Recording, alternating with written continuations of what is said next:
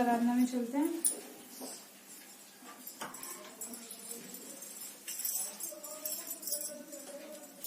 आराधना में है छुटकारा, आराधना में है चंगाई, आराधना में है छुटकारा, आराधना में है चंगाई। शरीर प्राण आत्मा में शांति आनंद देता है, प्राण से भी प्यारा प्रभु। शरीर प्राण आत्मा में शांति आनंद देता है, प्राण से भी प्यारा प्रभु।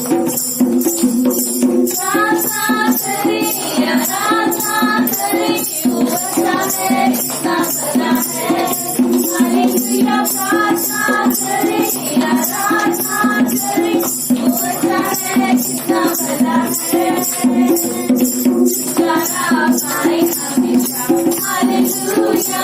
छुटकारा पाए हमेशा, छुटकारा पाए हमेशा, हालेलुया। छुटकारा पाए हमेशा। मांगोगे तुम्हें मिलेगा, ढूंढोगे तो पाओगे, मांगोगे तुम्हें मिलेगा, ढूंढोगे तो पाओगे। खटखटाओ खुलेगा स्वर्ग की आशीष, पाओ तुम मुझसे अभी। खटखटाओ खुलेगा स्वर्ग की आशीष, पाओ तुम मुझसे अभी। प्रार्थना करे, आराधना करे, वो अच्छा है, कितना भला है। हालेलुया। प्रार्थना करे, आराधना करे, वो अच्छा है, कितना भला है। छुटकारा पाए हमेशा, हालेलुया। छुटकारा पाए हमेशा, छुटकारा पाए हमेशा, हालेलुया। छुटकारा पाए हमेशा। प्रार्थना करो निरंतर, प्रार्थना करो विश्वास से, प्रार्थना करो निरंतर, प्रार्थना करो विश्वास से। सर्वजन की प्रार्थना, विश्वास की प्रार्थना, खोलती है सारे बंधन। सर्वजन की प्रार्थना, विश्वास की प्रार्थना, खोलती है सारे बंधन। प्रार्थना करे, आराधना करे, वो अच्छा है, कितना भला है। हालेलुया। प्रार्थना करे, आराधना करे, वो अच्छा है, कितना भला है। छुटकारा पाए हमेशा, हालेलुया। छुटकारा पाए हमेशा, छुटकारा पाए हमेशा, हालेलुया। छुटकारा पाए हमेशा। हाँ परमेश्वर, आप प्रार्थना के योग्य परमेश्वर। हम जब प्रार्थना करते हैं परमेश्वर तो सारे बंधन खुल जाते हैं और आप आराधना के योग्य हो परमेश्वर। प्रभु, इस धरती पर दूसरा कोई नहीं है जिसकी हम आराधना कर सके, जो हमारी प्रार्थनाओं को सुन सके परमेश्वर। सिर्फ और सिर्फ आप हो परमेश्वर, जो हमारे प्राण में परमेश्वर शांति देते हो, हमारा जीवन आनंद से भर देते हो परमेश्वर। प्रभु, आपने जो भी हमें दिया है उन सारी आशीषों के लिए हम गिन गिन के आपकी स्तुति करते हैं परमेश्वर, क्योंकि आप ही हो स्तुति के योग्य परमेश्वर। पिता, हमारे जीवन में कई बार कष्ट मुसीबतें आती, आंधियां बनकर आती है, ऐसा लगता है कि कोई सहारा नहीं है, लेकिन परमेश्वर आप हमारे खेवनहार हो परमेश्वर। और पिता, हम पर चाहे जितनी भी मुसीबतें आए परमेश्वर, आप हमें कुछ भी होने नहीं देते हो। आप हम पर नजर रखते हो अपनी, आप हमारा सहारा हो परमेश्वर। इसके लिए हम आपकी स्तुति करते हैं परमेश्वर, धन्यवाद करते हैं परमेश्वर। गिनने गिनने के स्तुति करो, बेशुमार तेरे दानों के लिए। अब तक तूने संभाला मुझे, अपनी बाहों में लिए हुए। अब तक तूने संभाला मुझे,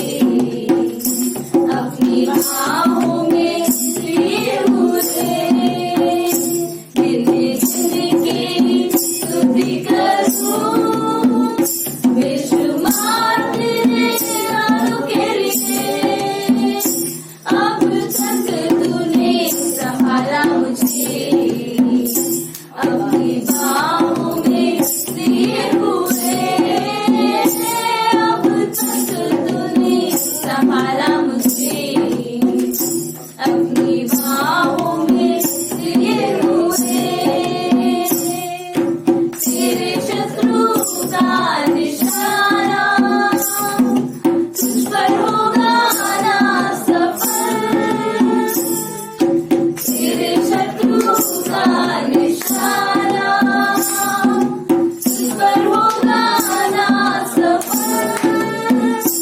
आँखों की पुतली जैसे वो रखेगा तुझको हर पल, आँखों की पुतली जैसे वो रखेगा तुझको हर पल।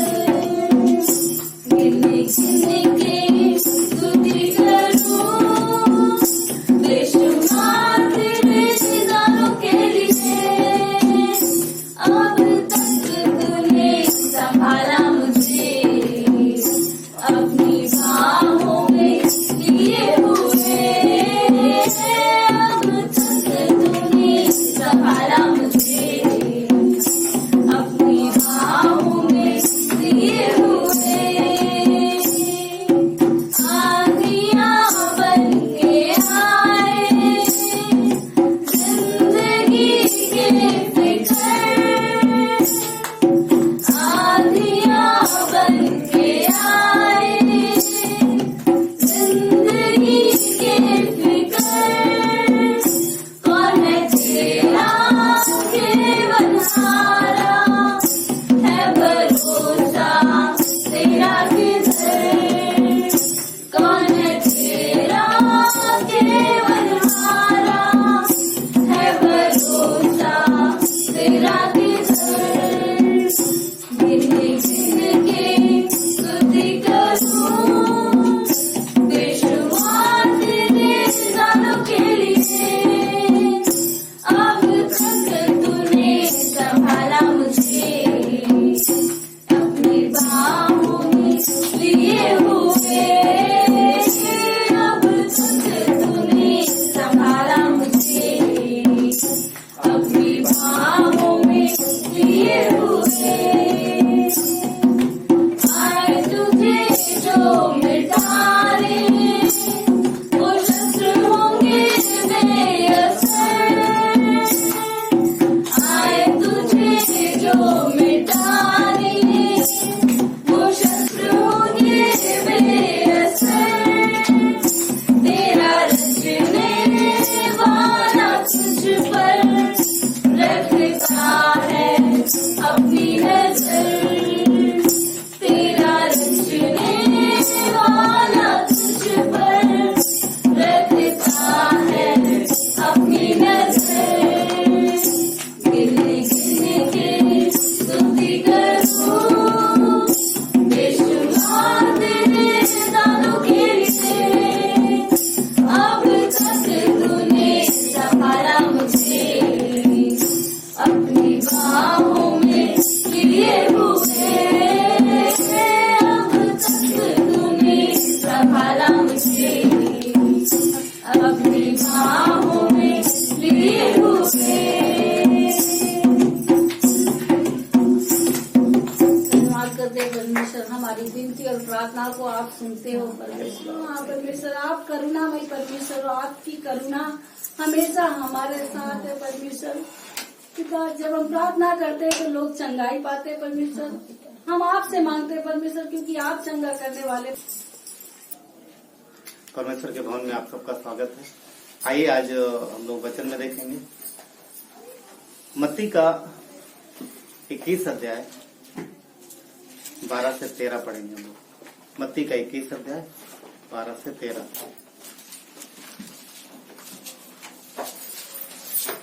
छोटा संदेश रहेगा आज, ज्यादा लंबा संदेश नहीं है। मत्ती का 21 अध्याय और 12 और 13 पढ़ेंगे। यहाँ पर इस प्रकार लिखा है, मैं पढ़ता हूँ।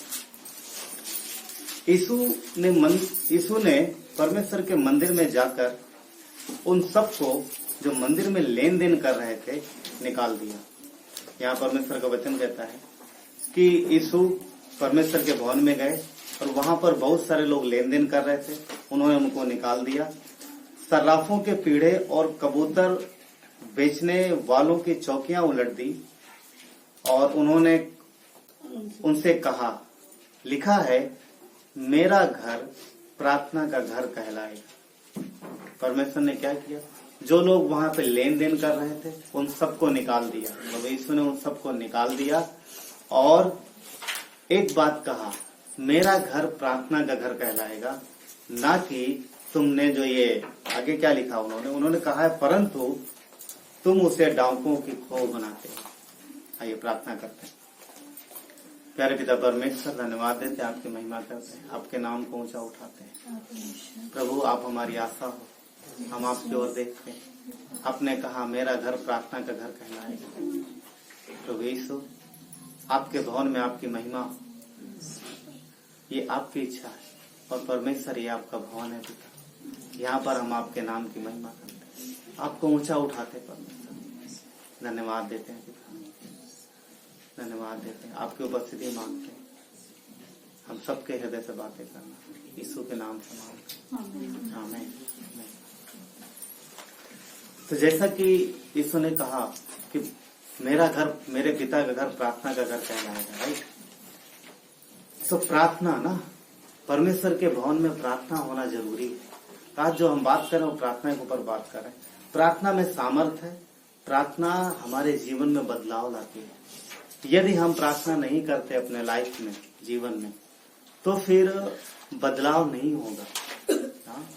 पिछले दिनों में पास्टर फ्रेड ने एक संदेश शेयर किया था और उन्होंने यीशु के विषय में बोला था। यीशु कनान को कैप्चर कर रहा था और वहां पर लिखा है कि उनके पास लोहे के रथ थे और उनके पास मजबूत हथियार थे। तो वो कैसे जाए, मजबूत गढ़ थे उनके पास, तो वो कैसे ढाए जाएंगे?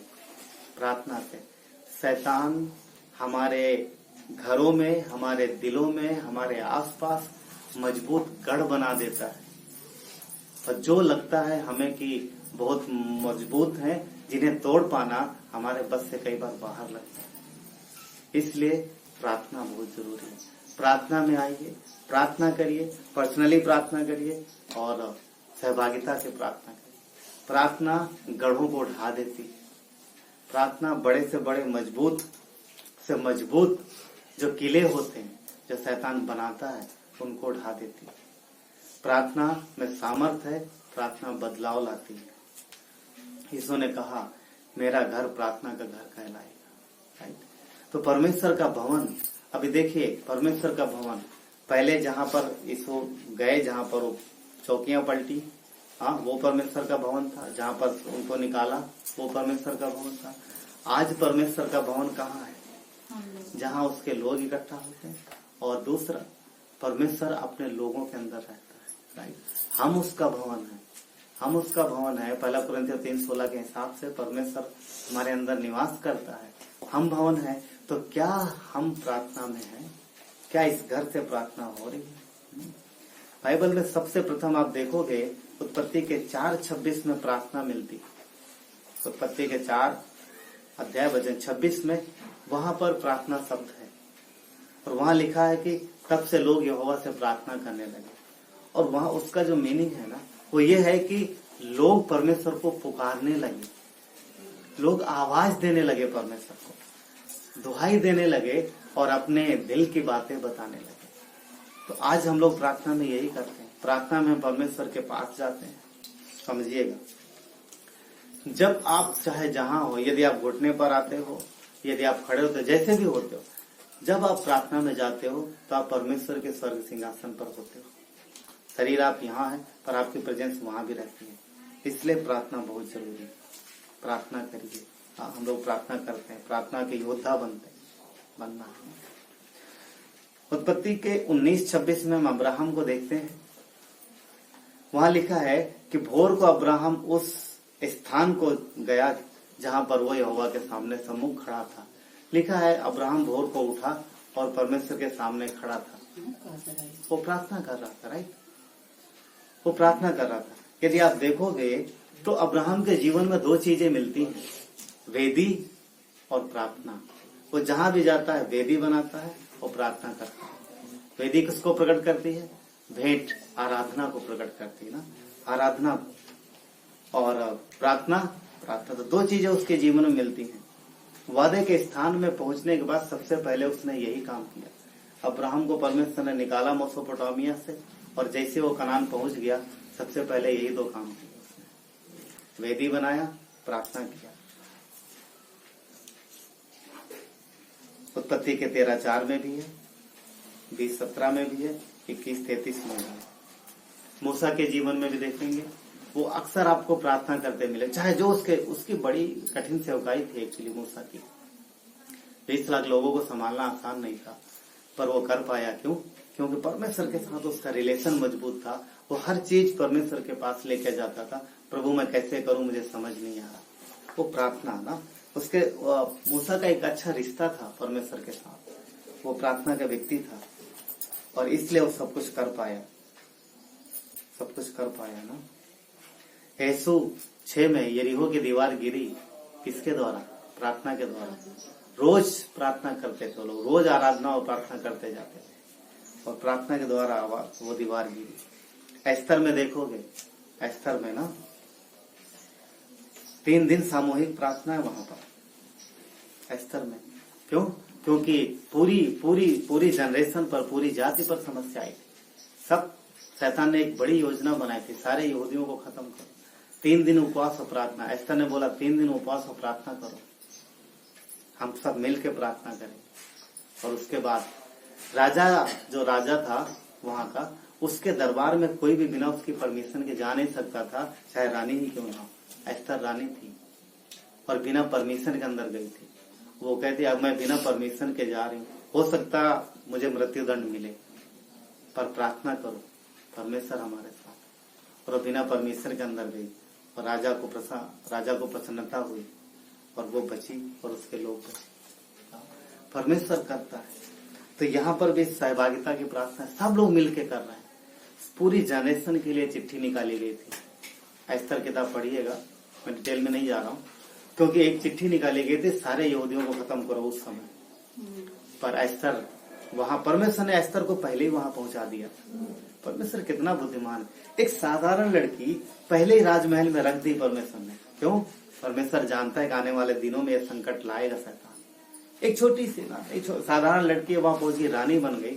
अब उसके द्वारा परमेश्वर काम करा। सारे लोग 3 दिन उपवास और प्रार्थना में रहे, और परिणाम कैसा हुआ? वो समस्या टल गई, और जो लोगों ने षड्यंत्र रचा था वो उनको लटकाया गया। वहां परमेश्वर आई। भजन संहिता में यदि हम देखेंगे तो ज्यादातर प्रार्थनाएं हैं। यदि आप भजन संहिता पढ़ते हो तो ज्यादातर उसमें प्रार्थनाएं हैं, लगभग 80% हिस्सा प्रार्थना है। तो वो दाऊद के जीवन में और भी कई सारे लोगों ने भजन संहिता लिखी, ज्यादातर प्रार्थनाएं हैं। तो प्रार्थना का बहुत अहम है। पौलुस भी प्रार्थना पे जोर देते हैं। उनका स्वयं का जीवन प्रार्थना के लिए बहुत मजबूत है। मैं पौलुस की बात कर रहा हूँ, जिनकी पत्नियां हम लोग पढ़ते, राइट। रोमियो 10 में उन्होंने कहा मैं नित्य अपनी प्रार्थनाओं में तुम्हें याद करता हूँ। तो प्रार्थना बहुत जरूरी है हमारे और आपके जीवन में, राइट। प्रार्थना बहुत जरूरी है। प्रार्थना अद्भुत सामर्थ्य काम करती है। अमेरिका में एक कलीसिया है, आज भी बहुत बड़ा कलीसिया है। ह्यूस्टन में है वो कलीसिया, लेकवुड उस कलीसिया का नाम है, लेकवुड। और उसके जो पास्टर इस समय वो है जोएल ऑस्टीन। पर उस कलीसिया का जो फाउंडर है, उनके पिता ने उस कलीसिया की स्थापना करी थी, मतलब नींव रखी थी, जिनका नाम था जॉन ऑस्टीन। और ये कलीसिया यहाँ पे नहीं थी, पहले कहीं और थी, और एक खाली मैदान पड़ा रहता था, और उनके पिता वहां पर जाते थे और उस मैदान को देखते थे, और वहां पर खड़े होकर कभी कभी प्रार्थना करते थे, प्रभु ये जगह मुझे चाहिए, क्या ये जगह आप मुझे दोगे? उन्होंने खरीदने की कोशिश भी करी, बात किया, पर बहुत ज्यादा प्राइस था, वो नहीं ले पाए। उन्होंने छोड़ दिया परमेश्वर के हाथ में। प्रभु यदि आप चाहते हो, हम प्रार्थना कर रहे हैं, यदि आपकी मर्जी है तो इस जगह पर हमारी कलीसिया, बहुत बड़ी जगह थी वो, और काफी महंगी थी, किसी कंपनी की जगह थी। एक समय आया कि कंपनी को घाटा लगा, और कंपनी ने स्वयं उनको फोन करके बोला कि आप मेरी जगह खरीदोगे? तो इन्होंने बोला अभी मेरे पास उतना बजट नहीं है जितना हम दे सकते हैं। नहीं चलेगा, थोड़ा कम में भी ले सकते हैं। परमेश्वर करता है, उसने अरेंज किया, और वहां पर आज कलीसिया है, और बहुत बड़ी कलीसिया है, कई हजार लोग वहां बैठते हैं। परमेश्वर का काम है। हम देखते हैं पास्टर काल के जीवन को, किसी और को ना देखते, जिनको हमने देखा, जिनसे हमने बातें करी, जिनके टेस्टिमनी को हमने जीवित गवाही जो देखी, पास्टर काल का जीवन ना, हम छोटे ना एक अकेला आदमी ना शुरू किया उसने परमेश्वर की मर्जी के अनुसार, और आज आप देखेंगे मुंबई में ना तो कितना अद्भुत काम है परमेश्वर ने उनके द्वारा किया। हिंदुस्तान में कितने सारे लोग बचाए गए, कितने सारे सेवक हैं, और मुंबई में भी एक बड़ा अनाथ आश्रम है और एक बड़ा स्कूल है जिसमें आज 5000 बच्चे पढ़ते हैं। कैसे हुआ? प्रार्थना के द्वारा। जब सहभागिता की प्रार्थना हुई पर, और ये बोझ पास्टर के हृदय में रहता है और ये बोझ लोगों में जाता है, लोग प्रार्थना करते हैं ना, कलीसिया मिल के प्रार्थना करती है, तब वो चीजें पूरी हो पाती, राइट। तो प्रार्थना जो हम लोग करते हैं, व्यक्तिगत प्रार्थना, प्रभु यीशु मसीह के जीवन को भी देखो, वो तो परमेश्वर थे।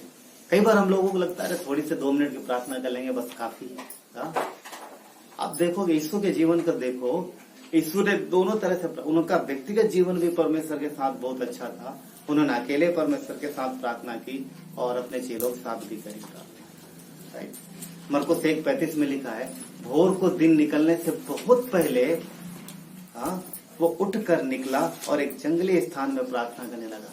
सोचो, उस समय तो वैसे भी शोर शराबा नहीं था, वो फिर वहीं पर अपने जहां वो रहते थे वहीं पे प्रार्थना कर सकते थे, वहां नहीं किया उन्होंने। वहां से उठे, चल के गए दूर और फिर वहां जाके प्रार्थना की। कई बार हम सोचते थे प्रभु यीशु मसीह वहीं उठ करके प्रार्थना क्यों नहीं करने लगे, वहां सब शांत था, भोर को इतना सुबह उठा। आज भी अगर जल्दी उठो सब शांत रहता है, उस समय तो बहुत शांत रहता हूँ, तो क्यों उठ के चल के गए?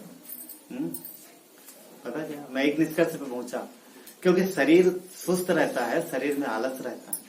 वो उतना चल के गए, फ्रेश हवा लगी और चल के गए दूर, क्योंकि मनुष्य होने के नाते उनके अंदर भी सुस्ती हो सकती, 100% मनुष्य थे वो, और दूर गए और वहां जाके प्रार्थना करें। यदि आप कभी एक्सपीरियंस करके देखना, यदि आप उठते हो और वहीं बिस्तर पे वैसे ही उसी पोजीशन में प्रार्थना करने लगोगे, 5 मिनट के अंदर आप सो जाओगे। क्योंकि शरीर में सुस्ती। तो मसीह यीशु को देखते हैं कि ये ना परमेश्वर भी प्रार्थना करते, प्रभु यीशु भी प्रार्थना कर रहे हैं। मरकुस 6:46 में लिखा है, उन्हें विदा करके वो पहाड़ पर प्रार्थना करने गया। मत्ती 14:23 में लिखा है, वो लोगों को विदा करके प्रार्थना करने के लिए अलग पहाड़ पर गया।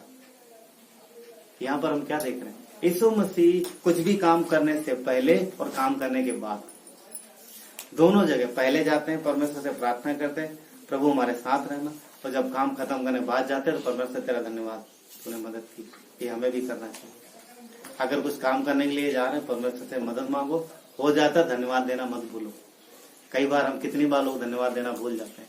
परमेश्वर जब हमारे जीवन में कुछ करता है तो हमें उसके लिए धन्यवाद देना है। कलीसिया आपके लिए प्रार्थनाएं करते हैं, अगर काम पूरा हो जाता है तो आप उसको बताओ पलट के कि हो गया, राइट, जरूरी है। चेलों के साथ कितने जगह उन्होंने प्रार्थना की।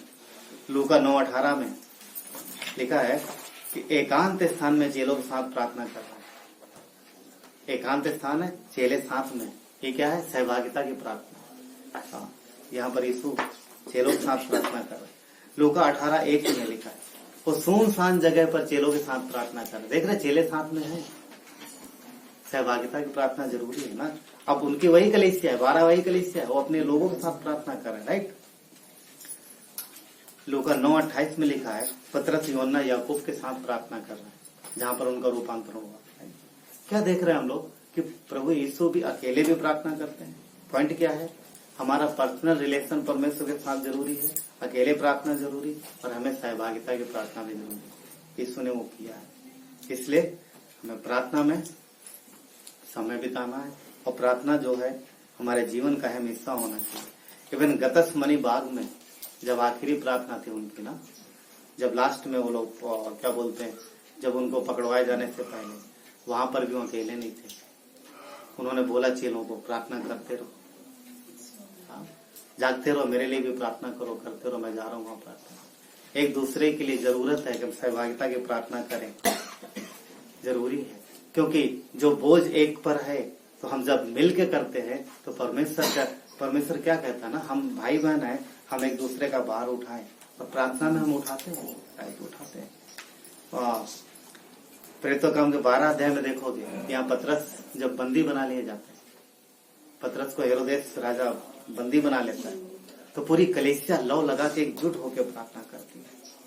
अभी सोचो, मैं सोच रहा था, अब बंदी है जेल में, तो प्रार्थना करने की जरूरत है या फिर बेल कराने की जरूरत है? बेल मतलब जमानत कराने की जरूरत है। मुझे नहीं लगता कौन जमानत कराने गया वहां, कोई जमानत का टाइम भी नहीं था, जमानत करेगा भी नहीं। और सब प्रार्थना कर रहा है, और परमेश्वर ने उसकी जमानत कराई, परमेश्वर ने उसे रिहाई कराई, अपना फरिश्ता भेजा, सारे बंधन खुल गए।